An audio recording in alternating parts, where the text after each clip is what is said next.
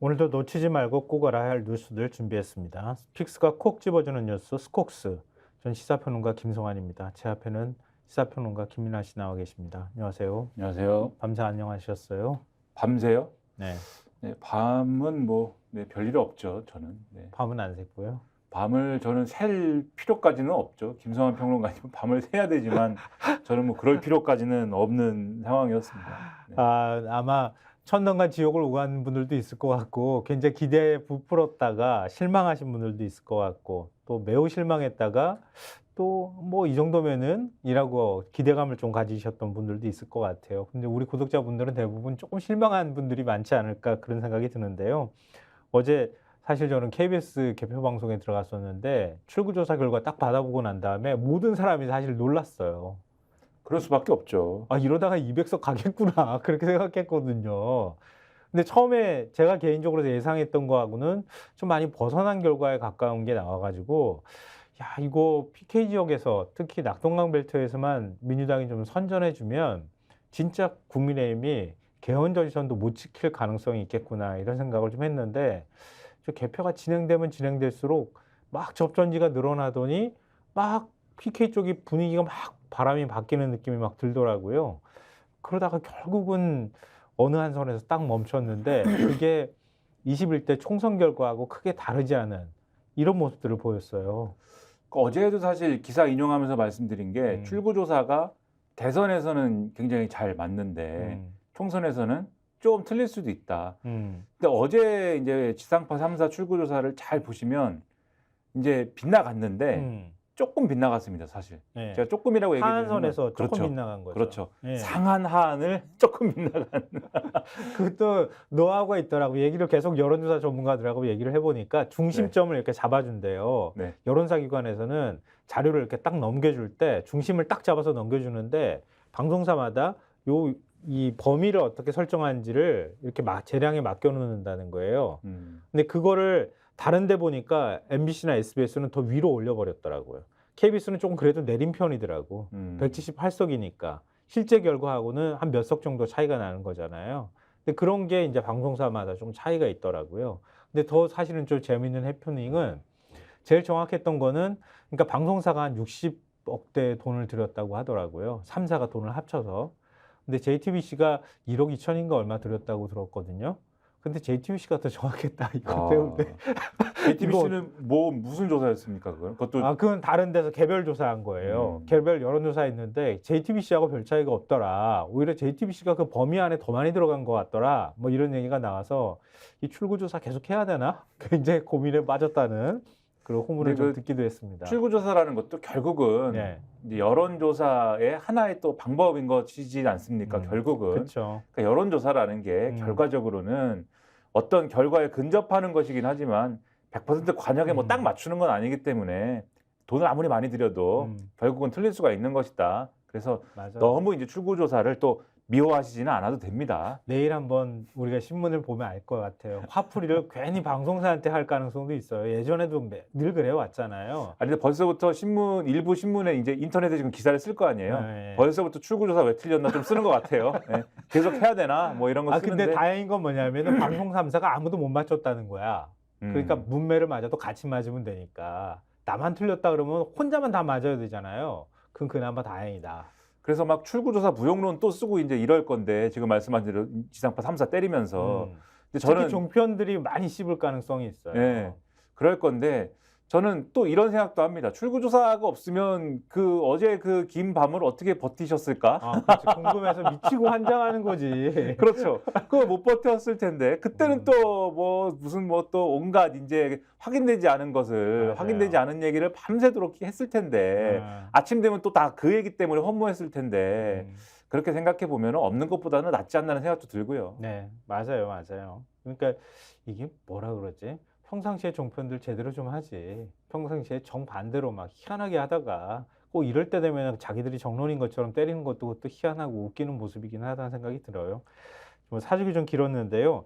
일단 오늘 저희가 동아일보 일면을 먼저 보여드리면서 지금까지 집계된 개표 결과를 저희가 말씀을 좀 드릴까 해요.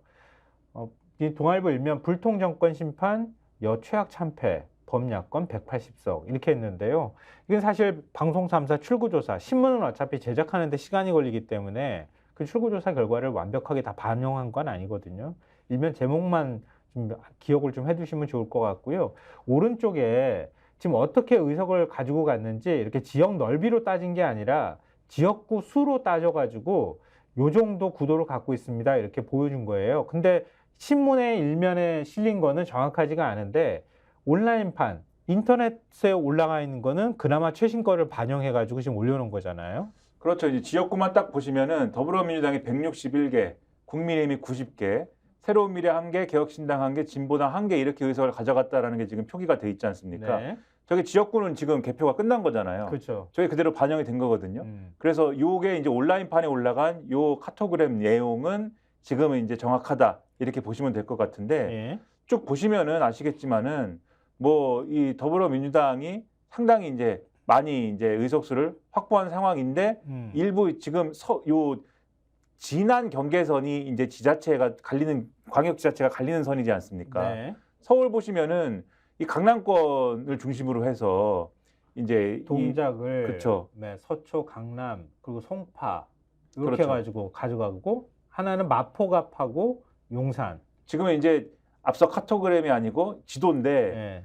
좀 더 크게 나오니까 서울권을 보시면은 이렇게 일단은 이제 국민의힘이 가져갔다라는 걸 보시는데 강남권이 아닌 요 강남 3구가 아닌 동작을 해서 사실은 그 나경원 후보가 네. 이겼어요. 그 출구조사 결과와는 달리. 근데 이거 출구조사 결과 뒤집어져가지고 네. 이재명 대표가 막 6번을 갔니, 뭐 8번 갔다고 보통 얘기하더라고요. 8번까지 그렇죠. 가서 그렇게 공을 들였는데도 나경원 후보를 그렇죠. 못 이겼어요. 그리고 용산도 사실 권영세 후보가 이긴 걸로 뒤집혔고. 저것도 좀 뼈아프긴 해요. 용산을 이겨줬어야지 되는 건데 민주당 입장에서는. 그리고 마포갑도 조정훈 후보가 이제 이긴 걸로 됐고. 저것도 출구조사 결과하고 달랐어요. 그렇죠. 요런 흐름이 있고 그다음에 도봉갑에 김재석 후보가 저기는 정말 뼈아픈 것 같아요. 제가 보니까. 네. 안기령 사방이. 후보가 저는 억울한 측면도 있다고 보거든요. 왜 여성 후보만 나오면은 그렇게 희화하고 물어뜯고 덤비려고 하는지 모르겠어. 근데 안기령 후보가 준비 안 된 것도 분명한 사실인 것 같고, 김재석 후보가 굉장히 젊잖아요. 그리고 사실 이제 준비가 안 됐다라고 말씀하셨는데 김재석 후보도 지난번에는 준비가 안 된 상태였을 수 있거든요. 근데 그 사이에 도봉갑에 공을 많이 들였어요. 준비를 좀 그동안 쭉 해온 네, 것도 쭉 있고 해왔어요. 최근에 이제 그 무슨 방송회를 많이 나왔습니다. 우리가 나오는 방송 말고 어떤 방송? 무슨 더 커뮤니티인가 하는 무슨 재밌는 방송에 좀 나왔어요. 그러면서 인지도도 많이 올리고 해서 그런 것들이 좀 영향을 주지 않았나라고 저는 생각을 하는데 며칠 전부터 김재석 후보가 나 이길 것 같다고 자신한다는 소문이 돌았어요. 정치권에. 저도 그 얘기를 들었거든요. 근데 설마 도봉에서 안 될걸? 그렇게 생각했거든요. 근데 되더라고요. 그래서 이제 당선이 지금 되신 분이기 때문에 좀 좋은 말씀 드리자면은 어쨌든 지역구에서 나름대로 젊은 후보가 열심히 준비해서 열심히 하면 국민의힘도 어려운 데서는 그렇지. 도봉에서도 이길 수 있다. 될 수 있다. 뭐 이런 희망을 가질 수 있는 거 아니냐 국민의힘도 좀 그런 어떤 교훈을 국민의힘 사람들이 얻어야 된다. 좀 정신 차리고 네, 좀 제대로 지난 총선이 어땠습니까? 사실은 젊은 후보들 무슨 뭐 퓨처 메이커니 뭐니 해가지고 막 어디 좀 경쟁할 만한데 다 이제 지역구를 준비 다 해놓고서 나중에 그 사람들 다 빼가지고 험지로 보내버렸잖아요. 네, 이렇게 맞아요. 하지 말고 네. 제발 좀 똑바로 해라 이런 말씀 잠깐 드리고 청년 김민아는 역시 다르긴 하구나. 아니 이제 보는 제가 이제 관점이 40대여서 청년이야. 정치권에 가면 새파란 청년이에요. 정치권에 가면은 상대도 안 해주죠. 너 같은 게 뭘 알아 이런 분위기에서 카톡그램 다시 보여주시면은 예. 아까 카톡그램 다시 보여주시면은 그 다음에 이제 또 쭉 보시면은 이 경기도 같은 경우에 이제 뭐 경기도 북쪽과 동쪽 이렇게 좀 제외하고는 다 이제 민주당 분위기다 이렇게 보시면 되고 그 중에서 근데 성남 분당 가불은 다 이번에 국민의힘이 가져갔어요. 안철수, 김은혜. 민주당 입장에서 굉장히 아쉬운 대목인데 그렇죠. 저기만 민주당이 갖고 왔더라면 진짜 경기도는 뭐 저기 밑에 저 노란색 하나 있죠. 저것도 굉장히 중요한 부분인데 그러니까 지금 말이에요. 화성을에서 그렇죠. 이준석 대표가 됐어요. 그러니까 일단 그 얘기하기 전에 북부랑 이제 북동부, 동북부 쪽에 그러니까 이제 경기도가 도농복합 지역인데 그 중에서도 이제 접경지하고 그렇죠. 붙어 있는 쪽은 국민의힘이 전통적으로 좀 강세 지역이고, 그리고 그 중에서 예를 들면은 김용태 후보라든지 네, 김용태 후보. 김용태 후보 같은 경우는 제가 볼 땐 나름대로 저기도 의미가 있어요. 네. 그러니까 이준석 내몰고 난 다음에 김용태하고 김재섭이 살아왔어. 그렇죠. 네. 그런 의미가 있고 여주 양평이죠. 김성교 후보 이거는 이제 다른 쪽으로 의미가 있는 거죠. 야 저렇게 하고도 양평고속도로. 예, 네. 그렇게 욕을 먹고도 이런 의미가 있는 것 같고 그다음에 이준석은 이거는 사실 이준석 후보는 사실 냉정하게 얘기해서 대단한 겁니다. 이거는 대단한 거기도 하고요. 예. 그러니까 당력을 총 집결해서 이준석 하나는 무조건 살리겠다 이런 집요함 그렇죠. 그리고 열의 이런 게 일단 있었던 것 같고, 그리고 동탄이라는 걸 그럼 동탄에서 어떻게 화성을 해서 저렇게 살아올 수 있을까? 그렇게 성별 갈라치기 하고 막 그렇게 했는데 여성표를 그렇죠. 못 올 줄 알았는데 마지막에 그 아빠 찬스 얘기하면서 부동산 집 넘겨주고 자녀한테 이게 굉장히 뼈 아팠던 것 같아요. 제가 볼 때는. 그렇죠. 저도 이제 이준석 대표는 나름대로는 많이 비판을 하고 말씀하신 이제 특히 젠더 문제에 대해서 본인은 뭐 여성 혐오 안 했다고 자꾸 주장하니까 제가 안 하기는 제가 굳이 그거를 반영해서 말씀드리면 여성 혐오에 편승하는 나쁜 정치를 했다. 저는 그렇게 보는데 20대 남성하고 여성들이 20대 여성은 민주당으로 확 가고 20대 남성은 보수화되어 있는 가장 중요한 원인이 다 이준석 때문이에요. 저는 난 그렇게 봐요. 거기에 편승하는 정치를 했다라고 생각을 하는데 근데 이제 선거로만 보면 저 지역구는 3파전이었던 거 아닙니까? 사실. 그렇죠. 민주당 후보는 그러니까 민주당 지지층은 민주당 후보한테 딱 몰아주는 분위기였다면 보수 유권자층은 갈리는 거였거든요. 국민의힘 후보, 맞아요. 개혁신당 후보 갈리는 거였고 더군다나 개혁신당이 이제 당력을 총동원 하긴 했지만 애초에 당력 자체가 뭐 그렇게 큰 정당은 아닌 거잖아요. 그런 한계가 있는 상황에서 더군다나 또 국민의힘에서 쫓겨난 대표다. 이게 있는데 어쨌든 저게 가가지고 본인이 연고가 있는데도 아니잖아요. 맞아요. 갑자기 간 거잖아요. 네. 물론 지역구를 나름대로 막 분석을 해가지고 본인한테 유리한 데다라고 판단해서 간 거긴 하지만 그리고 처음에 여론조사가 나왔을 때 격차가 많이 났단 말이에요. 그렇죠. 그러면 저 상황에 대한 선거 이후의 평가는 어떻게 되냐면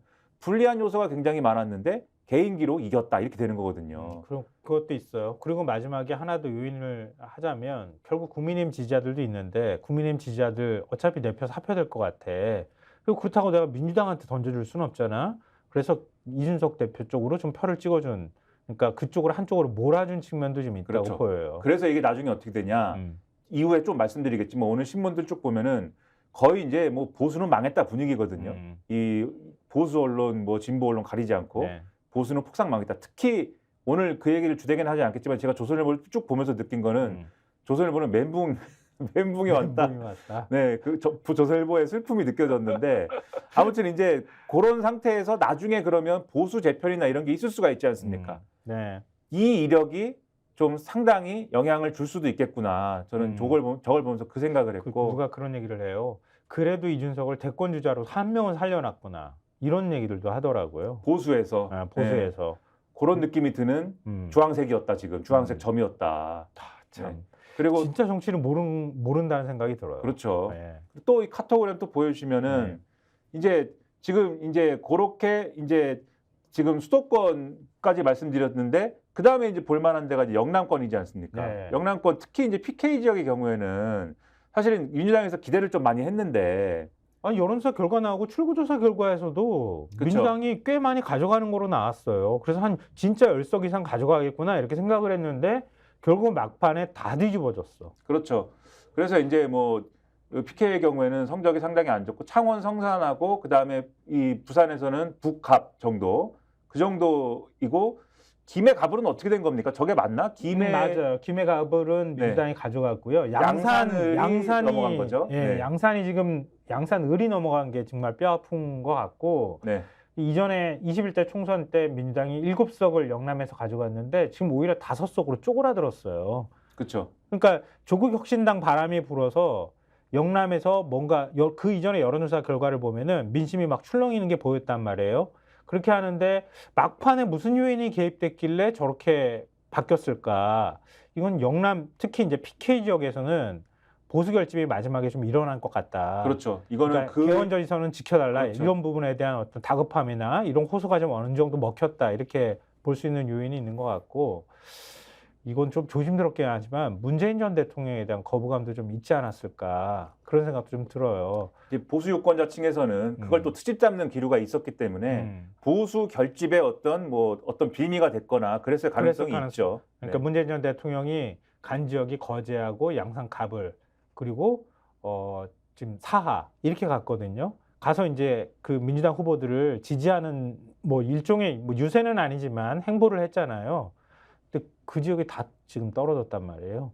배재정 후보 같은 경우에는 될 가능성도 있겠다 이렇게 생각을 했는데 결국은 마지막에 막 격차가 벌어지는 모습들을 보면서 문재인 전 대통령에 대한 PK 민심이 이렇게 썩 좋았던 건 아니었는데 전직 대통령이 나서서 또 정치 행보를 노골적으로 선거 때 하는 것에 대한 거부감, 우리는 안 돼라고 하는 뭐 상대적인 결집 효과가 일부분 나타났을 수도 있겠다. 그런 생각은 드는데 민주당 입장에서는 좀 많이 아쉬운 대목이죠. 그렇죠. 그리고 역시 결집을 하면 영남이 결집을 한다. 이걸 다시 한번 보여준 것 같아요. 그러니까 지난 총선도 사실 지난 총선에서도 저렇게 수도권에서 완전히 이번에는 그래도 지난 총선하고 비교해서 수도권을 얘기하면 국민의힘에서는 지금 서울에서는 조금 좀 더 얻었어요. 그렇죠. 낸 거잖아요. 네. 근데 그 와중에도 그렇게 무너지는데도 영남은 그때 결집을 한 거지 않습니까? 맞아요. 사실 이번에도 흐름은 더 비슷한 거예요. 그러니까 20대 총선 때 영남에서 민주당이 8석을 가져갔는데 전체적으로 180석을 가져갈 때 PK에서 7석으로 한 석이 더 오히려 줄었단 말이에요. 근데 이번에는 더 줄었어. 그렇죠. 그러니까 이런 현상들이 나타난다는 거예요. 마지막에는 어쨌든 영남이 지켜줘야겠다. 보수 정당을 구해주기는 한다. 이걸 다시 한번 확인을 했습니다. 좀 이따 저희가 말씀드릴 기회가 있겠지만 거꾸로 말하면 국민의힘은 더 영남당이 돼버렸다. 그렇죠. 갇혀버렸다. 영남에 딱 갇힌 진짜 영남당이 돼버렸다. 이렇게 또 볼 수 있을 것 같아요. 하여튼 지금 비례투표는 마지막으로 다 지금 수작업을 하고 있는 상황이라서 그래서 의석수를 말씀드리면 아직까지 좀 헛갈리는 분들도 있을 것 같아서 지금 그래서 앞서 말씀드렸듯이 지역구에서는 민주당이 161개, 그다음에 국민의힘이 60개 이렇게는 확정이 된 건데 비례대표의 경우에는 지금 이제 개표를 하고 있기 때문에 국민의미래가 한 19석, 더불어민주연합은 13석일지 14석일지를 모르겠다. 그다음에 이제 조국혁신당 12석, 개혁신당이 1석일까 2석일까 뭐 이 정도를 지금 보고 있는 것 같습니다. 그래서 맞아요. 요거를 다 합계를 내면 더불어민주당과 더불어민주연합 합치면 174에서 175석 정도. 그다음에 국민의힘하고 국민의미래를 합치면 109석 정도 이렇게 되지 않을까라고 일단은 지금 이 시각까지는 예상을 할 수가 있을 것 같습니다. 그러면 야권이 뭐 진보당도 지금 지역구가 한 석이 있잖아요. 그리고 울산 북구가 있죠. 그리고 이제 그 더불어민주연합에 포함되어 있는 진보당 후보가 비례로 2석을 보장받았기 때문에 최소한 3석을 갖고 가는 그런 이제 정당으로 가는 거잖아요. 원내 정당이 되는 거고. 그리고 개혁신당 같은 경우에도 비례에서 1석을 얻거나 뭐 2석을 얻거나 이러면 많으면 이제 이준석 대표까지 포함해서 3석, 줄면은 2석 이렇게 될 거고. 또 어부질이 한 명이 있잖아요. 김종민 의원. 새로운 미래에서 1석. 뭐 비례에서는 못 갖고 갈 것 같고. 이렇게 해서 다 합치면 190석 정도 되는. 그렇죠. 그런 이제 범야의 뭐랄까요. 의석을 만들 수 있는 이런 상황이 됐다. 그러니까 개헌저지선에서 딱 10석. 아쉬워하시는 분들이 많을 것 같은데. 아쉽긴 한데 확실히 그런데 패스트 트랙은 확실히 지킨 것도 사실이다. 또. 패스트 트랙은 할 수 있는 정도 수준이 됐다. 그렇죠. 이게 또 180석이 간당간당해서 누가 뭐 맘바뀌면 안 되는 거 아니야? 뭐 이런 수준은 또 아닌 것 같다. 그건 또 뭐. 근데 요 190 정도 되는 숫자의 의미가 얼마나 복잡하게 해석이 되는지 저희가 뒤로 이어가면서 또 말씀드리도록 하겠습니다. 그러면은 전체 뭐 개표 결과는 대략 이 정도 정리하면 될 것 같고요. 그러면은 다른 신문은 일면에서 어떻게 보도했는지 일면을 쭉 가면서 한번 저희가 훑어드리도록 하겠습니다. 한겨레 신문 야권 압승 윤 정권 심판했다. 심판했다는데 방점을 찍었죠. 그 다음에요. 한국일보 역시 정권 심판 거셌다. 이렇게 지금 얘기를 하고 있고요. 그 다음에요. 중앙일보 역시 민심이 무서웠다. 정권 심판이라는 얘기는 없어. 근데 민심은 여당에 매서웠다. 이렇게 얘기를 했는데요. 여당이라고 표현을 해놨던 게 좀 관심이고요. 자, 경향신문 남은 3년 바꿔라. 민심 폭발이다. 근데 이거는 남은 3년은 윤석열 대통령한테 결국 하는 말이기도 하니까 윤 정권을 심판했다는 얘기하고 일맥상통한다고 봐야 되겠죠. 그다음에요. 조선일보 범야 기록적 대승, 국민의힘 참패. 요걸 어떻게 해석하는 게 좋을까요? 우울해 보입니다. 네. 우울한 거죠. 한동훈 이렇게 얼굴 이렇게 딱 구기고 경직된 모습하고 민주당하고 이렇게 대비시킨 것도 좀 흥미롭기도 하고요. 제가 이렇게 조선일보를 쭉 넘기면서 봤는데 네. 울면서 기사를 쓴 것 같다. 그러니까 쓰고 싶지는 않지만 써야만 하지 않습니까? 이런 그렇죠. 결과를 안쓸 수가 받아놓고 없지.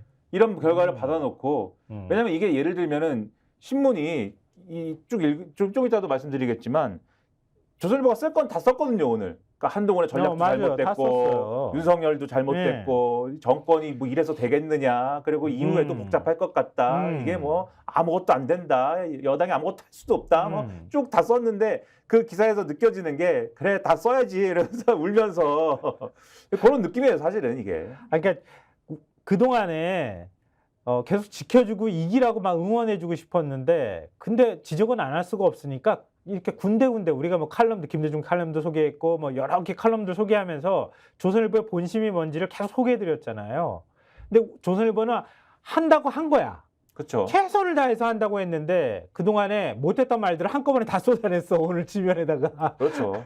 그걸 아주 일목요연하게 다 정리를 해버렸더라고요. 그리고 사실 조선일보 최선을 다한 게 그들 입장에서 네. 사전 투표 한 이후에 계속 말씀드렸지만 분석을 포기했거든요 조선일보가. 맞아요. 다른 신문이 막 네. 신문 일면에다가 막 싣고 그럴 때 네, 한 뭐, 이틀 정도 싹 뺐어. 그렇죠. 투표율이 어떻게 되고 뭐 그러면 어디가 유리하고 그다음에 뭐 어디가 어떻게 될 거고 지역구가 몇 석이 되면 어떻게 되고 하나도 안 썼습니다. 왜 그랬을까? 알았던 거죠. 이건 망한다 분명히. 그치. 망하는 그치. 얘기를 써봐야 뭐 하냐. 그냥 조선일보가 영악하다는 게 네. 그런 거야. 야당 욕이나 열심히 일단 맞아. 해놓자. 야당 후보들이 이렇게 문제가 있다는 얘기나 열심히 해놔야 되는 것이다. 이랬던 거죠. 그리고 어쨌든 발을 졌으니까 쓱 빼는 거지 마지막에. 졌으니까 이제는 자 왜 졌는지 다 우리가 쓰겠습니다. 이렇게 이제 울면서 쓰고 있는 거죠. 네. 자 그러면은 왜 졌는가 이 부분에 대해서 패인을 분석하지 않았겠습니까? 왜 선거에서 졌는지 누가 그러면 책임질 거냐 이 부분에 대해서 신문의 시각이 조금씩 엇갈리고 있습니다. 먼저 동아일보 3면 보여주세요. 디올백, 이종섭 막판까지, 오기 독선, 윤 리스크가 패배 자초. 막 동아일보 이를 깎아물고 막 비판한 게 보여. 막 제목에. 디올백, 이종섭 막판까지. 우리가 이 디올백이라고 계속 표현했잖아. 동아일보만 유일하게 디올백 했는데 보수신문 중에서. 이렇게 우리가 얘기했는데 오기 독선으로 그렇게 버팅기더니 윤석열이 결국 다 선거 다 망하게 만들어놨어. 이렇게 지금 지적하고 있는 거잖아요. 그렇죠. 그리고 기사에 보면은 그런데 정신을 차릴까 싶은 대목도 있어요. 그런데 막 이렇게 이 시작이 이렇게 됩니다. 이 정도일 줄은 몰랐다. 22대 총선 결과가 국민의힘의 참패로 나타나자 대통령실은 깊은 침묵에 잠겼다. 뭐 이렇게 나오거든요. 그러니까 이 정도일 줄은 몰랐다. 왜 모릅니까? 이 정도일 줄 알아야지. 아니 동아일보는 그래도 그나마 뼈아픈 얘기들을 많이 하긴 했어요. 아니 물론이죠. 근데 이 정도일 줄은 몰랐다라는 게 이제 코멘트인데 그게 뭐냐면 대통령실의 반응인 거잖아요. 그러니까 대통령실은 그러니까 정신을 차려야 된다 이런 말씀이고 그다음에 인용한 걸 보면은 이런 얘기들이 내부에서 나온다는 거예요. 여권에서도 국민에게 고개 숙이고 겸손한 모습을 보이기보다 수사하듯 정치를 하는 일방통행식 국정운영 태도와 야당을 대화로 인정하지 않는 윤 대통령의 모습을 향한 성남 민심의 심판이라는 평가가 나왔다. 야권 내에서 나오는 것이다 라고 얘기를 하는 거고 여권 관계자가 이렇게 얘기했대요. 대통령의 권위주의적 리더십과 불통 논란으로 중도 확장에 실패했다. 총선 국면에서 여당의 지지율 상승 국면마다 불거진 용산발 리스크가 발목을 잡으며 복합적 악재로 작용했다. 이렇게 얘기했다고 하고 다 얘기합니다. 2022년 10월 이태원 헬로윈 참사 문제 해법, 검찰 출신 중심의 국정과 권위적 소통, 그다음에 2030 세계 박람회 그러니까 엑스포, 부산 유치 실패, 의대 정원 2,000명 정당성을 강조한 50분 담화 등 반복적으로 불거진 불통 논란이 패배 주요인이라는 지적이 여권에서 나왔다.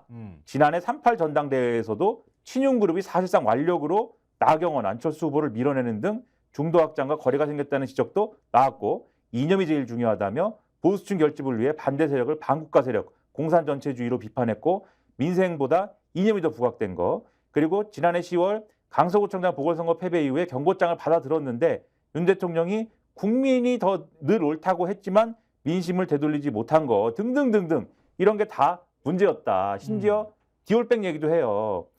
디올백 수수 논란에 대해서도 기자회견 등의 양방향 소통 대신 KBS 앵커와의 단독 대담을 택한 뒤에 사과 없이 대통령과 대통령 부인이 누구한테 박절하게 대하기 어렵다 이렇게 얘기를 했고, 그리고 이종섭 전 주 호주 대사 출국 논란, 그리고 황상무 전 대통령 시민사회수석 비서관 논란이 부각된 점도 치명타였다.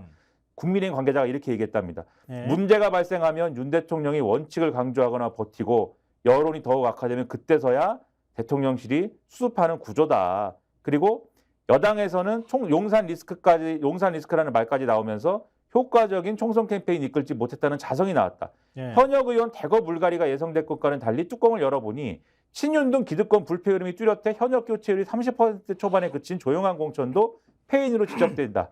용산의 당정 장악력이 급격히 위축될 것으로 보임에 따라 윤 대통령을 향한 탈당 요구까지 불거질 수 있다는 전망도 나왔다. 다 얘기하는 거예요, 이거를. 그동안에 뭐 부분 얘기했던 걸 한꺼번에 확 쏟아낸 것 같은 그런 느낌이 드는데요. 근데 이거를 어쨌든 동아일보만 하는 게 아니고 조선일보, 당연히도. 중앙일보 다 난리 났습니다, 오늘. 근데 하여튼 동아일보 기사는 매섭게 대통령실 윤석열 대통령을 비판했다 이렇게 뭐 요약하자면 얘기할 수 있을 것 같은데요. 그러면 조선일보는 어떻게 했을까요? 조선일보 치면 보여드릴게요. 용산은 불통, 여당은 전략부재, 보수 지지층도 등 돌렸다 이렇게 해놨는데요. 참 사진도 인상적이다.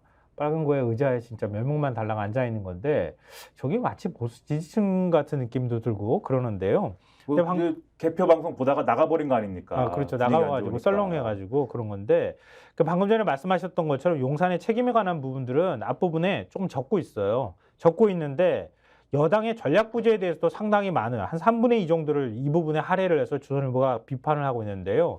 그러니까 용산과 한동훈 양쪽으로 비판하는 여당의 전략 부재를 한꺼번에 비판하는 이런 모습을 보였다는 겁니다. 그러니까 이 윤 대통령의 책임 문제를 쭉 이렇게 얘기는 해요. 얘기는 하면서 정권 심판론이 작동했던 선거였다. 우리 대통령실이 거기에 제대로 대응하지 못했다. 여당 내 위기감이 팽배했지만 별다른 호재 없이 계속 선거를 치렀다. 이 부분을 지적하면서 이렇게 얘기합니다.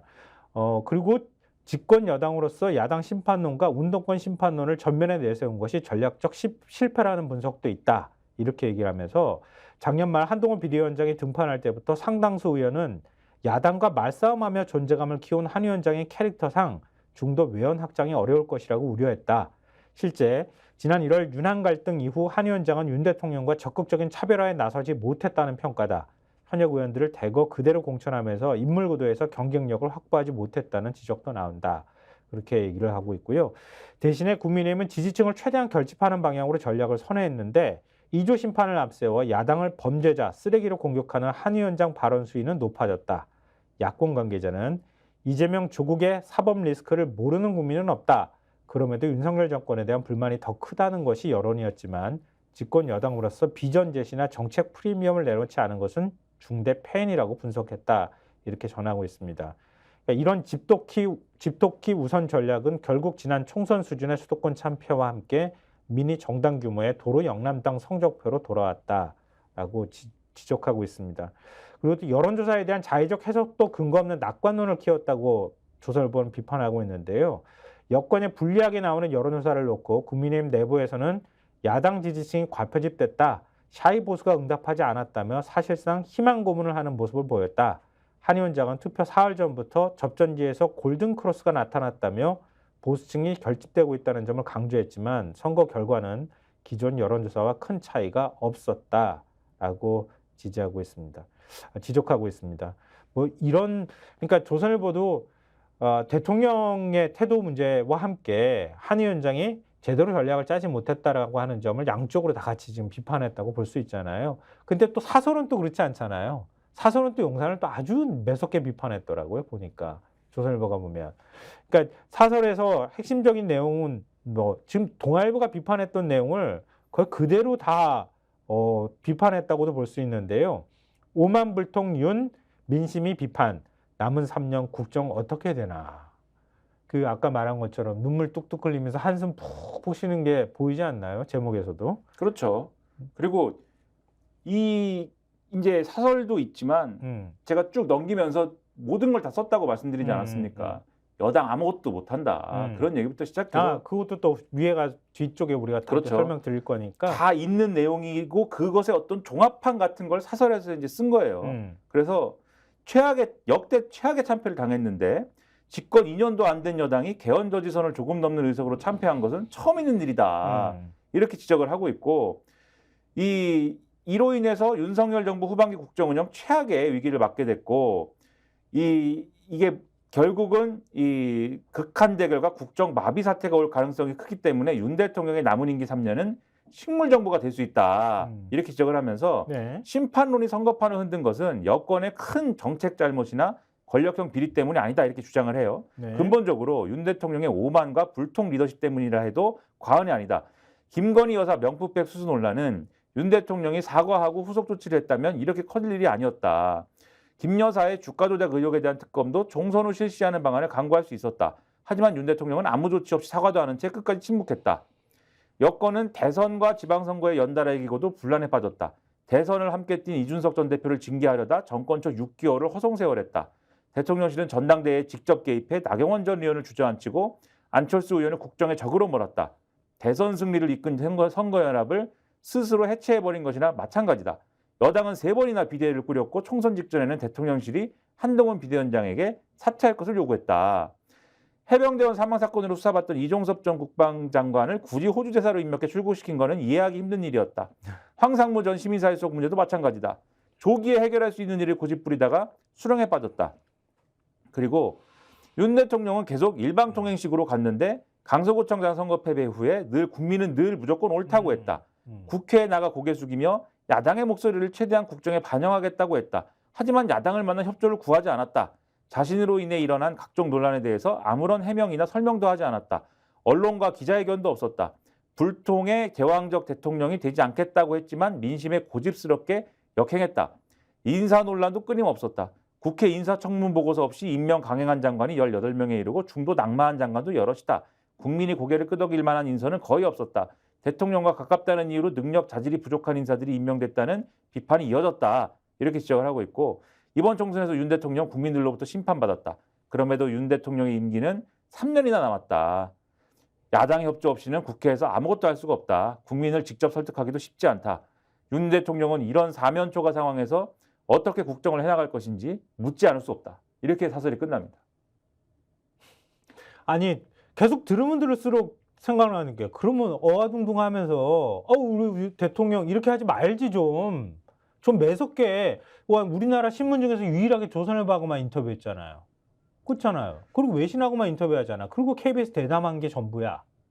아니 그러면 조선일보만 본다고 뭐 소문이 파다하잖아요. 대통령이 조선일보만 본다고 얘기할 정도로. 제가 볼 때는 조선일보가 좀 매섭게 비판하지 그랬어. 제가 볼 때 조선일보도 안 봅니다. 대통령. 안 봐요? 네. 유튜브만 보는구나. 제가 그동안 계속 사실은 조선일보에 실린 내용을 많이 전해드렸잖아요. 조선일보가 사실 뭐 원하시는 만큼의 매섭게까지 아닐 수도 있지만 코치도 하고 비판도 하고 나름대로 좋은 대안도 내고 막 어떻게든 해보려고 막 제발 좀 살려주세요. 좀만 더 눈물 좀 네. 흘려줘요. 네. 제발 좀 어떻게 좀 해주세요. 저희가 뭐 의대 정원이요? 350명이라도 좀 해주세요. 막 맞아. 별의 별걸 다 어느 날은 막 호통을 치고 막 하야하세요 막 하고 막 온갖 걸 해도 들은 척도 하지 않으시고 50 몇 분간 혼자 말씀하시는 게 윤석열 대통령이다. 그러면 이제 조선일보는 거의 포기 상태에서 이제는 포기 상태야. 포기 상태에서 어떻게 되나 이제 3년 잘하기 위해서는 네, 어떻게 되나 봅시다. 이런 상태에서 지금 이걸 쓰는 거예요. 그러니까 다 빠졌구나. 이게 다른 신문, 다른 보수 언론 사설이랑 차이점이 있는 게 뭐냐면 다른 보수 언론 사설은 마지막에 그래도 뭐라고 하냐면 야당 비판도 같이 했어. 아니 여기도 이제 야당 비판 비슷한 게 조금 있긴 하지만 다른 사설이 있긴 하지만 마지막에 그래도 이런 사설을 어떻게 끝내냐면 윤석열 대통령이 남은 기간에 변하면 이것이 전화위복이 됩니다. 제발 좀 변하십시오. 이렇게 끝내거든요. 여기는 변화라는 얘기도 없어요. 어떻게 할 거예요? 3년 남았어? 어떻게 하실 거예요? 어떻게 하시려고 그러세요? 이러고 끝나는 거예요. 왜냐하면 우리 이 조선일보 입장에서는 우리가 많이 얘기했잖아. 많이 더 얘기해야 돼? 어떻게 하셔요? 이렇게 하는 거예요 지금. 이제 알아서 결정해. 네. 3년 남았으니까. 많이 드렸잖아요. 술을 많이 드렸잖아요. 어떻게 하실랍니까? 그러니까 울고 있는 거예요 조선일보는. 눈물 없이 볼 수 없는 드라마 같은 신문을 만들고 있는 조선일보. 자 그러면은 그러니까 우리가 아까도 얘기했잖아요. 누구 책임이냐 뭐 이렇게 할 때 그 책임론을 어떻게 누구한테 책임을 물을 거냐 뭐 이렇게 얘기를 그 책임을 어디에 좀 더 방점을 찍어서 물을 거냐 이거를 가지고 저희가 좀 얘기를 해드리고 있는데요. 한동훈의 책임에 좀 더 집중하신 분이 있습니다. 한국일보인데요. 한동훈 야 심판론에 집중하다 또 영남당에 갇혔다 이런 얘기인데요. 앞서 저희가 뭐 언급은 잠깐 했었는데요. 이 기사 내용은 뭐냐면 영남 고립 시 TK 의원들이 당 주류를 지키면서 수도권 중도 민심과 더 멀어지는 악순환으로 이어질 수 있는 상황이었는데 이번 총선 결과도 4년 전부터 이어진 TK 중심의 당 운영과 무관하지 않다 이렇게 지적을 하고 있어요. 이 선대위 출범 뒤에도 선거 부담이 적은 TK 출신 윤재욱 원내대표와 이만희 의원 등이 컨트롤 타워를 맡으면서 수도권과 충청권 대응이 무디다는 평가가 선거 도중에도 이어졌지만 뚜렷한 대응책을 내놓지 못했다 이렇게 얘기를 하고 있고요. 이 다음부터 서울 출신 한동훈 위원장은 당을 TK 일색에서 벗어나게 할 것으로 기대를 모았지만 한계를 확인했다. 한 위원장은 김건희 여사 명품백 수수 의혹과 비례대표 후보 공천 과정에서 윤 대통령과 갈등하며 윤석열 아바타 이미지는 벗었다. 하지만 차별화까지 나아가지는 못하면서 유권자들에게는 결국 심판 대상인 윤석열 정부와 한몸으로 받아들여졌다. 인적 쇄신을 통한 변화 메시지를 전달하는 데도 실패했다. 현역 교체 비율은 4년 전에 43.5%였는데 10%포인트가량 낮은 35.1%에 그쳤다. 시스템 공천을 자부했지만 현역 불패로 끝났다. 친윤석열계의 핵심 영남권 중진 의원의 물갈이를 요구한 지난해 인요한 혁신이 권고안은 지켜지지 않았다. 지역구 공천자의 254명의 평균 연령과 성별을 역시 안일했다. 평균 연령이 58.1세고 남성은 88.2%였다고 합니다. 이 비례대표 위성정당인 국민의 미래 공천에서도 청년과 여성을 배려했다지만 비례공천 과정에서 한 위원장과 친윤계 핵심 이철규 의원 간의 노골적인 네 사람 심기 갈등이 노출되며 빛이 발했다. 전면에 내세운 야당 심판론 역시 패인으로 꼽힌다. 이러면서 쭉 이렇게 앞서 우리가 얘기했던 거 그대로 쭉 얘기를 하고 있어요. 당 내부에서조차 여당답게 대안과 비전을 제시해야 한다는 우려가 나왔다. 하지만 한 위원장은 심판 대상을 운동권, 종북, 이재명, 조국으로 바꿔가며 야당 심판론을 이어갔다. 이 선거 막판 패색이 짙어지자 유권자들에게 읍소하자는 목소리가 분출했지만 한 위원장은 수용하지 않았다. 아직도 뻣뻣한 검사 곤조가 근성이 그대로 남았다. 홍준표 대구시장의 비판이 나왔다. 원톱 전략도 힘에 붙였다. 뭐 이런 얘기들. 그리고 유승민 전 의원과 같이 도움을 요청하지도 않았다. 뭐 이런 부분들까지 같이 지적하고 있네요. 제가 비슷한 내용이 중앙일보에 이제 있는데 제목이 한동훈 정계입문 111일 만에 최악 성적표 미래 불확실이라는 제목의 기사예요. 그런데 이게 뭐 한동훈 비대위원장의 미래에 대한 제목이지만 사실 요 전략 부재에 관한 대목이 있어서 근데 이게 웃겨서 제가 좀 소개를 해드리려고 하는데 중앙일보가 문학적으로 좀 표현을 해서 이 기사가 문학적으로 시작이 됩니다. 문학을 좋아하시잖아요. 김성환 평론가님이 또. 맞아요. 네. 그 MBTI가 F신 걸로 제가 추정을 하고 있는데 네. 문학적입니다. 시사평론가를 자꾸 그렇게 하면 어떡해. 아니 F가 필요하죠. 시사평론가. 되게 논리적인 사람이야. 아니 F인 사람이 논리적이지 말라는 법은 없죠. 단지 이제 감성적인 부분이 발달했다. 저는 감성이 없거든요. 감성이 없고 맨날 이제 딴 생각만 하는데 보시면 이렇게 시작을 해요. 감동하실 겁니다. 네. 10일 오후 6시 한동훈 국민의힘 비대위원장에게 이때까지 다변가의 면모는 없었다. 그는 이날 오후 개표 상황실이 마련된 국회도서관 지하 대강당에서 10분간 말없이 굳은 표정으로 TV 화면만 응시했다. 방송 3사가 동시에 여당의 개헌 저지선 붕괴를 예고하는 출구조사를 송출했다. 느리게 깜빡이던 한 위원장의 눈꺼풀이 잠시 빨라지는가 싶더니 깍지 낀 두 손이 턱 밑에서 초조한 듯 달싹였다. 창백한 낯빛으로 어금니를 꽉 깨문 그의 곁에 한 참모가 다가와 무언가를 속삭였다. 그는 그제야 우리 국민의힘이 민심의 뜻을 따르기 위한 정치를 하기보단 최선을 다했지만 출구조사 결과가 실망스럽다. 그렇지만 끝까지 국민 선택을 지켜보겠다고 짧게 말한 뒤 자리를 떴다. 이날 마지막까지 기적은 없었다. 문학적이지 않습니까? 문학을 어떻게 봐야 되지 이거? 문학으로 시작을 했는데 무슨 얘기를 하냐면 여기에 나오는 게 재밌는 대목이 또 있어요. 국민의힘 중진 의원이 이렇게 얘기했대요. 선거 전략, 메시지, 정책이 전무했다. 전통적 지지층의 안간힘으로만 버틴 선거이다. 처음에는 한동훈 효과를 기대했지만 결국 한동훈 아닌 누가 했어도 이 정도는 했을 것이다. 이렇게 탄식을 했다고 하고 그다음에 진짜 뼈 아픈 얘기다. 그렇죠. 선거운동 초반부터 물밑에서 불안지구가 있었다는 거예요. 후보는 없고 비대위원장만 있는 선거라는 후보들의 볼멘 소리가 계속 나왔는데 이게 비극의 암시였다는 거고 수도권 지역 후보가 익명을 전제로 이렇게 얘기를 했답니다. 중앙일보에. 네. 막판에 한동훈 위원장이 지역구에 한 번 더 온다고 하길래 완곡히 거절했다. 유세차 위에서 마이크를 또 잡아봤자 점점점 이렇게 얘기를 했다고 했고 그러니까 릴레이 셀카 등으로 스타 효과를 극대화하는데 주목도를 독식해가기 때문에 정작 지역구 후보 득표에는 실질적으로 도움이 크지 않았다고들 했다는 거고 여기에 뜬금없이 조진만 덕성여대 교수가 나와서 이렇게 얘기를 해요. 그간 보수 진영 내에서 한동훈이 개인 선거 운동을 한다는 시각이 많았는데 섣불리 조기 등판했다는 우려를 불식하지 못하고 결국 정치적으로 엄청난 타격을 입게 됐다. 이렇게들 얘기를 한다는 겁니다. 국민의힘 내부에서도. 중앙일보는 전적으로 MBTI를 한번 해보면 어떨까? 중앙일보도 F, 이거는 이 기사는 F네요, 좀. 네. 뭐가 달싹였다, 뭐 이런 게 나오는데. 근데 또 그렇게 하면 가독성이 좋아지긴 하니까요. 흥미가 막 담기잖아요. 네. 나쁘진 않은 것 같아요. 마음이 끌리셨죠, 분명히. 네. 좀 끌렸어요. 저는 이제 웃기다고 생각했는데 마음이 끌렸다. 이게 차이죠, 이제. 다시 좀 논리적으로 와서.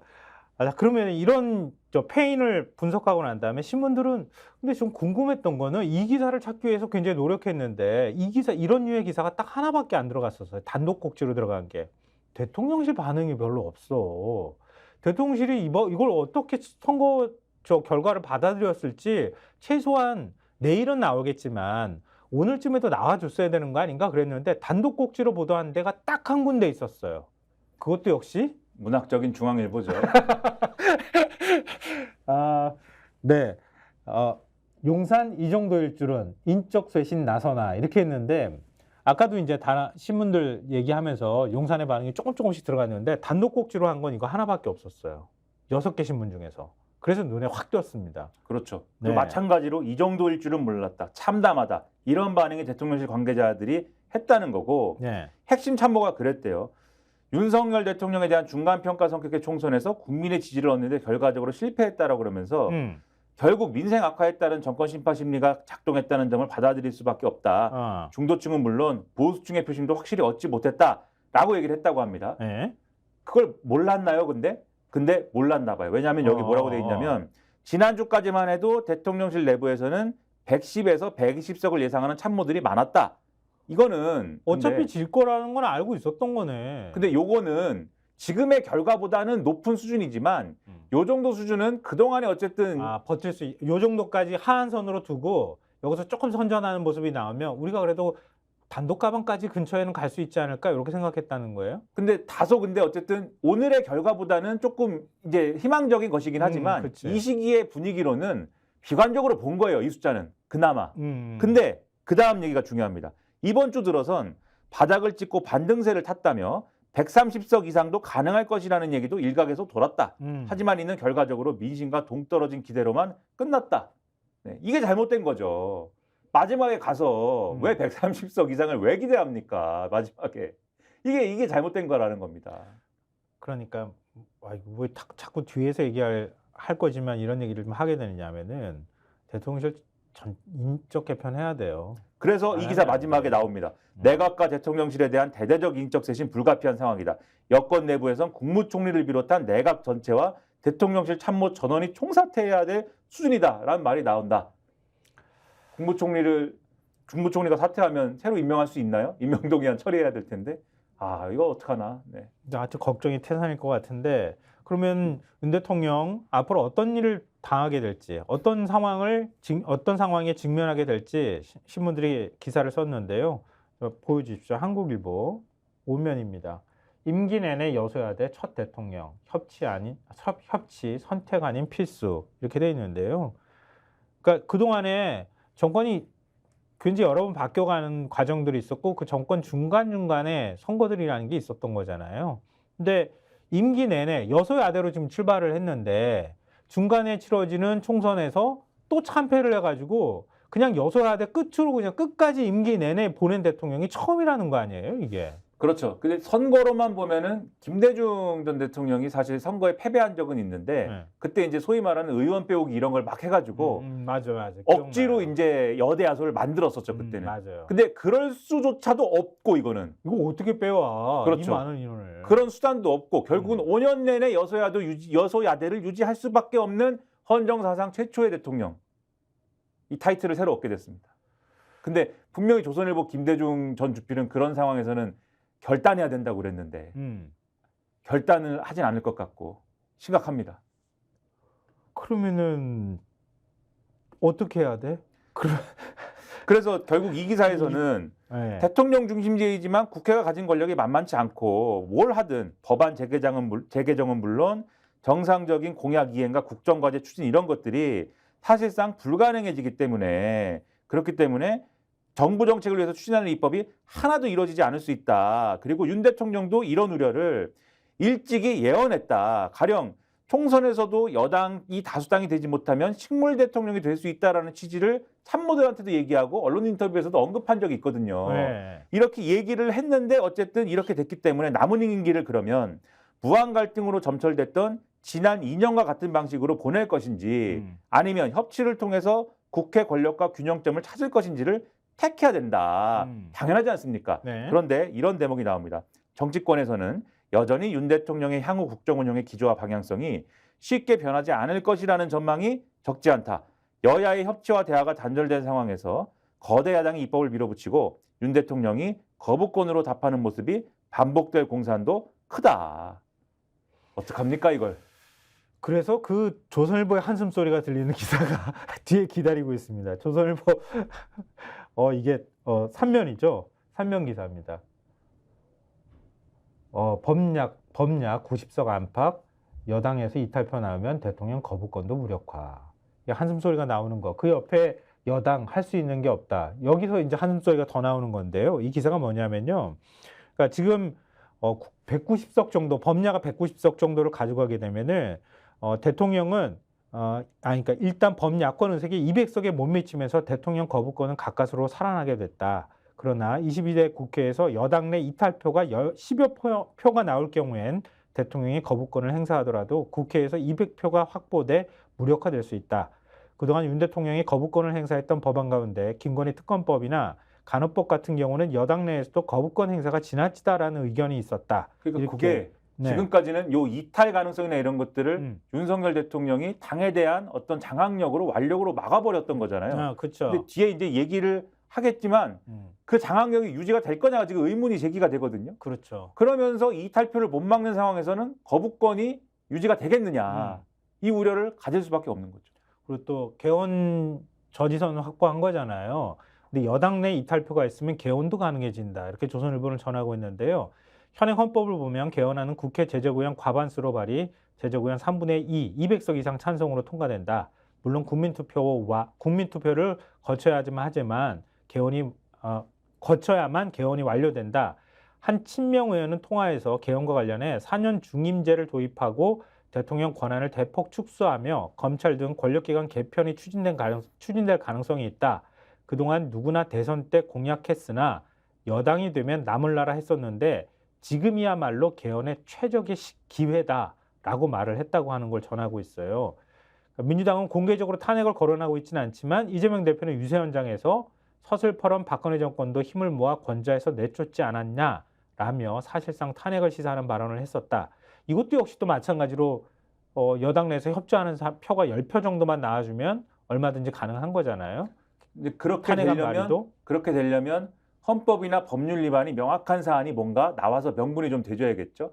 그거를 김건희 특검법이나 그렇죠. 최상병 사건 수사 외압 축소 뭐 해서 등등등 이렇게 가면서 그리고 고발 사주 사건 이렇게 하면서 하나하나씩 지금 특검법을 통과시키거나 이런 방식으로 옥죄어 들어가기 시작하면 그때마다 또 거부권 행사하기가 어려워진다. 국민의힘 내부에서도 이건 너무 심하다. 그러면서 한 10표 정도만 이탈표가 나와주면 뭐 하나 걸리기만 하면 바로 탄핵으로 갈 수도 있다. 특검을 통해서 그런 것들이 확인이 되면 이제 명분이 될 수 있고 그리고 저는 그런 상상도 하는데 그런 것들이 확인되는 수단이 또 특검이 아닐 수도 있겠다. 최근 이런 상황이면 조선일보가 혹시라도 보도해 줄 수도 있는 거 아닌가. 그리고 막 검찰이 나설 수도 있는 거 아니냐 이런 상황이면 혼자 상상해 볼 때는 뭐 레임덕에 빠지게 되면 그런 현상이 나올 수도 있죠. 그렇죠. 분명히 사실은. 조선일보 김대중 전 주필이 결단해야 된다고 했는데 결단 안 할 경우에 그러니까 자꾸 그런 상상을 하게 되는 거죠. 혼자서는. 왜냐하면 박근혜 전 대통령이 곤란해졌던 것도 조선일보와 충돌하기 시작하면서였다는 맞아요. 거를 잊을 수가 없다. 잊히지가 않는다. 네.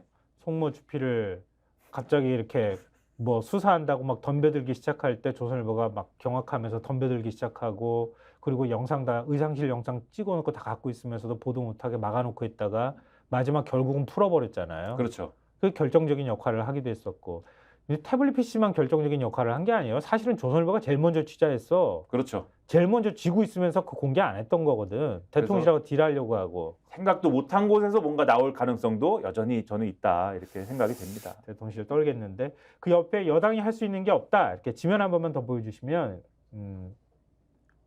예, 저기 한숨 소리가 들리는 건데요. 그냥 이 얘기는 전체적으로 끝까지 국민의힘 내부에서는 절대적인 숫자 부족으로 입법권으로 할 수 있는 게 없다. 국민 눈높이에 맞는 정당이 되도록 정풍운동을 벌여야 한다는 말이 나왔다라고 한답니다.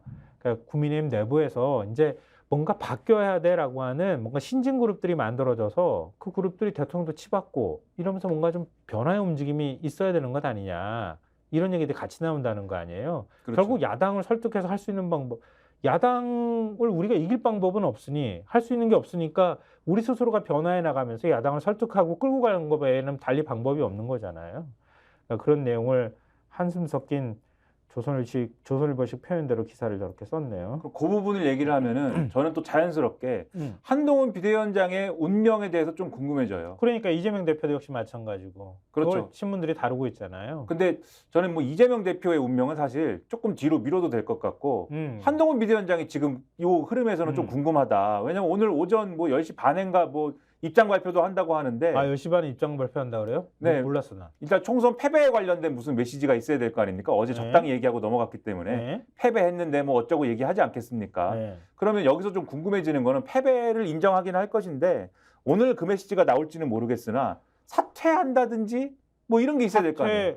할 가능성이 있지. 그렇죠. 비대위원장. 그렇죠. 근데 그것에 대한 언론 이 보도의 느낌은 좀 갈리는 것 같아요. 네. 그래서 그런 부분들이 좀 궁금하다라는 이재명 생각이 대표 건 드는데 우리가 준비를 했는데 시간도 지금 많지 않고 그래서 이재명 대표는 굳이 얘기 안 해도 그냥 구두로 얘기하는 걸로 그냥 끝내죠. 그렇죠. 내일도 얘기할 수 있고 뭐 이재명 대표 얘기는 아마 한참 더 얘기할 수 있을 거예요. 그동안에 두 번의 선거를 민주당이 참패하고 난 다음에 대선에서 물론 이재명 대표가 패배를 하긴 했지만 이재명 대표가 선거를 주도한 건 아니거든. 사실 후보니까 후보자 신분이었는데 그리고 난 다음에 결국 이재명 친명 공천을 했다고 얘기를 들을 만큼 비난을 들을 만큼 그렇게 해서 공천을 했고 그리고 병립형 비례제 대신에 권역별 연동형 비례제를 결국 받고 난 다음에 승부수를 걸었는데 결국 이렇게 큰 승리를 거둔 거잖아요. 이재명 체제는 더 공고화됐다.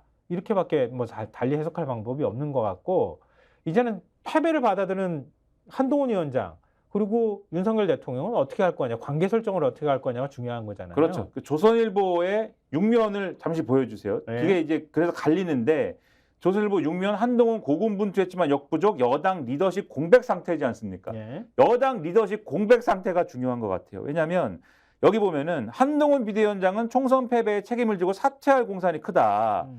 선거 캠페인 과정에서 내 임기는 총선 이후라고 말하곤 했지만 2016년 20대 총선 때 김무성, 2021년 21대 총선 때 황교안 등 과거 총선에서 패배한 국민의힘 당대표들은 모두 물러났다. 이렇게 돼 있고 그게 사실이지 않습니까? 그리고 그러면 국민의힘은 총선 패배로 또다시 리더십 공백을 맞이하게 될 것으로 보인다. 한동훈 비대위가 와해되면 국민의힘은 윤재호 원내대표가 당대표 대행을 맞아서 일정 기간 새로운 비대위를 또 구성해야 됩니다. 전당대회를 준비하는 등 리더십 재건 작업을 맡게 될 전망이다.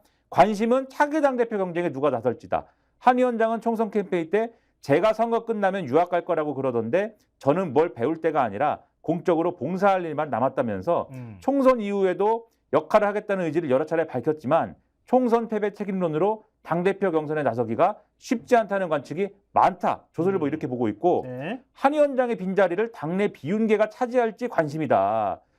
그러니까 윤석열 대통령 임기는 2027년까지고 차기 총선은 윤석열 대통령 퇴임 후인 2028년에 8년이니까. 되기 때문에 네. 비주류 중진 의원들이 자기 목소리를 내고 나올 가능성이 있다. 대통령실은 이번 총선 패배로 인해 작년 3월 전당대회처럼 당권 주자들을 줄 세우기 할 힘을 상실했다. 그래서 전당대회가 이렇게 열리면 차기 대선 체제로 접어들 가능성도 있다. 그러면 나경원 전 의원, 안철수 의원은 이번 총선 승리로 입지를 굳히면서 당권에 도전할 가능성이 있고 패배하긴 했지만 원희룡 전 국토교통부 장관도 당대표 도전을 요구받을 수 있고 유승민 전 의원도 혁신을 내걸고 출사표 던질 가능성이 있다.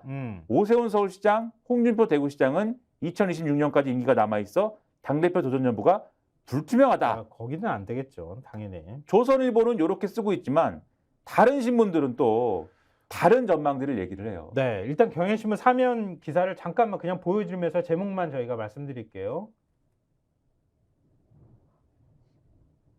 근데 이건 조국 얘기니까 조국 얘기 말고, 네, 공천 윤핵관 대부분 생존, 용핵관은 출마 지역 따라 희비 이렇게 돼 있거든요.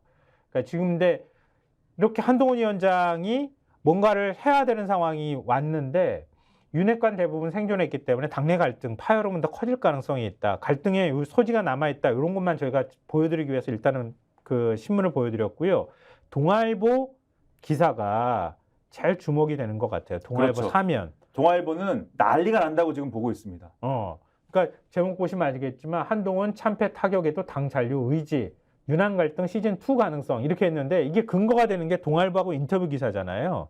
지난달 25일 동아일보 인터뷰에서 총선 이후 거취를 물었더니 공적인 영역에서 공적인 봉사를 하면서 여생을 살 생각이다 라면서 정치를 하겠다는 뜻이라고 말했다. 이렇게 얘기를 합니다. 그 다음에 충남 당진 전통시장을 방문해선 제가 선거가 끝나면 유학을 갈 거라고 아침에 누가 그러더라. 저는 뭘 배울 때가 아니라 공적으로 봉사할 일만 남았다 라면서 총선 후 유학서를 일축했다. 이렇게 얘기를 하고 있는데요. 그러니까 한 위원장이 잔류한다면 4년 전 21대 총선에서 당시 황교안 대표가 패배 당일 사퇴하는 등 선거 참패 후 당 지도부가 일괄 사퇴한 것과는 다른 행보다. 한 위원장이 패배 요인으로 용산발 리스크를 거론하더라도 자신이 이끈 여당이 선거에서 참패했는데도 물러나지 않으면 당내에서 사퇴 요구가 분출할 가능성이 있다. 이렇게 얘기를 하고 있습니다. 이 기사의 특이한 점은 한 위원장은 당분간 국민의힘에 잔류하면서 비대위원장 임기를 이어가려는 것으로 전해졌다. 지난달 12월 취임한 한 위원장은 비대위원장의 임기는 6개월을 존속할 수 없다는 당원 당규에 따라 6월 28일까지 위원장직을 이어갈 수 있다. 그러니까 동아일보는 사퇴를 안 한다라고 봅니다. 오늘. 네, 맞아요. 네. 그렇게 하고 윤한 갈등이라고 하니까 대통령실 반응도 있어야 되잖아요. 그렇죠. 그 기사 안에 대통령실 패배 한 위원장 책임 크다라고 하는 소제목이 달려 있는데요. 그 뒤에 뭐라고 돼 있냐면 그 앞인가요? 예. 총선 패배 책임을 두고 윤한 갈등이 새로운 양상으로 본격화될지도 초미의 관심사다. 여권 관계자는 한 위원장이 당권을 쥐고 가려면 윤 대통령을 비판하면서 그 여론을 동력으로 삼아야 한다고 말했다. 한 위원장을 자나는 인사는 두 사람은 이미 김건희 여사 디올백 수수 의혹 문제 등을 다루면서 건널 수 없는 강을 건넌 사이다라며 검찰 선후배로 다졌던 끈끈한 관계가 틀어질 대로 틀어졌다고 했다. 국민의힘 핵심 관계자는 총선 막판 이슈가 용산에서 다 나온 것 아니냐라고 했다는 거예요. 반면 대통령실은 여당의 총선 승리를 위해 한 위원장이 요구했던 이종석 주 호주대사 사퇴, 의료개혁 대화 등을 모두 수용한 만큼 한 위원장의 책임이 크다는 기류다. 이렇게 얘기를 하고 있어요. 그러니까 대통령실은 한동훈 탓이다라고 지금 한다는 거예요, 지금. 한동훈은 왜 내가 이거 다 책임져야 돼? 이러고 있다는 거고. 그리고 이게 사실 한동훈과 윤석열 사이에서 끝나는 문제가 아니라 동아일보의 그 밑에 기사를 보면은 제목이 윤 책임, 한 책임, 친한, 친윤, 내분 조짐 이게 또 있습니다. 이게 이 기사가 어떻게 시작을 하냐면 윤석열 대통령 때문에 졌다. 총선 선거판에 연달아 찬물을 끼얹었다라고 국민의힘 지도부 관계자가 얘기한 코멘트가 있고 그다음에 바로 총선 결과는 한동훈 책임론으로 연결될 수밖에 없다. 신윤기 핵심 후보가 이렇게 얘기했다라는 게 바로 이어져요. 난리가 난다는 겁니다. 동아일보 얘기는 지금. 앞으로 난리가 난다. 이제는 전쟁이다. 시간 우리가 지금 9시 29분까지 썼는데요. 네, 마침 서태지와 아이들이 유럽 투어를 마치고 도착을 했습니다. 우리 윤한 갈등 시즌 2는 내일 더 전해드리는 걸로. 후속 보도가 또 계속 나오지 않겠어요? 계속 나옵니다. 오늘 한동훈 위원장 입장은 뭐 발표하느냐에 따라서 또 확 하고 흔들릴 거 아니겠어요? 네. 그거는 저희가 내일 다시 한번 전해드리도록 하겠습니다. 지금까지 스콕스 시사평론가 김성환입니다. 지금 김민하 평론가 인사하시죠. 저는 김민하였습니다. 감사합니다. 제가 홍보를. 정치권색. 예. 다시 제가 말씀드리죠. 예. 구독, 좋아요, 사랑입니다. 예.